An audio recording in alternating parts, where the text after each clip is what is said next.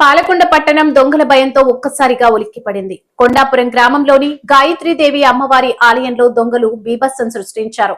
ఏకంగా అమ్మవారి విగ్రహం మీద ఉన్న బంగారాన్ని దోచుకుపోయేందుకు సైతం తెగించారు. పాలకొండలో పట్టపగలే దొంగల బీభత్సం. అమ్మవారి నగలపై కన్నేసిన కేటుగాళ్లు.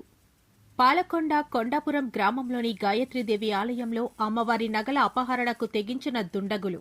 ఉదయం 8:30 ప్రాంతంలో భక్తుల్లా గుడిలోకి ఎంటరైన దొంగలు అమ్మవారి విగ్రహంపై ఉన్న బంగారం అపహరణ.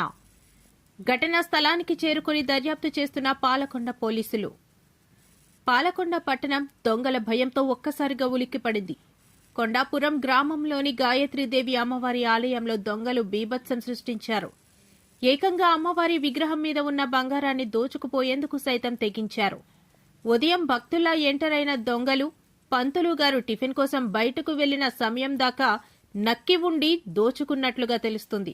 అమ్మవారి మూల విరాట్ మెడలోని 4 మంగళ సూత్రాలు, అమ్మవారి ముక్కు పుడక, అమ్మవారి బంగారు నేత్రాలు దోచుకున్నారని తెలుస్తుంది. వెంటనే ఘటనా స్థలంలోకి పోలీస్ సిబ్బంది చేరుకుని క్లూస్ కలెక్ట్ చేసే పనిలో పడ్డారు. ఒక దంపతుల జంట ఈ దుర్ఘటనకు ఒడిగట్టినట్లు అనుమానిస్తున్నారు పాలకొండ పోలీసులు.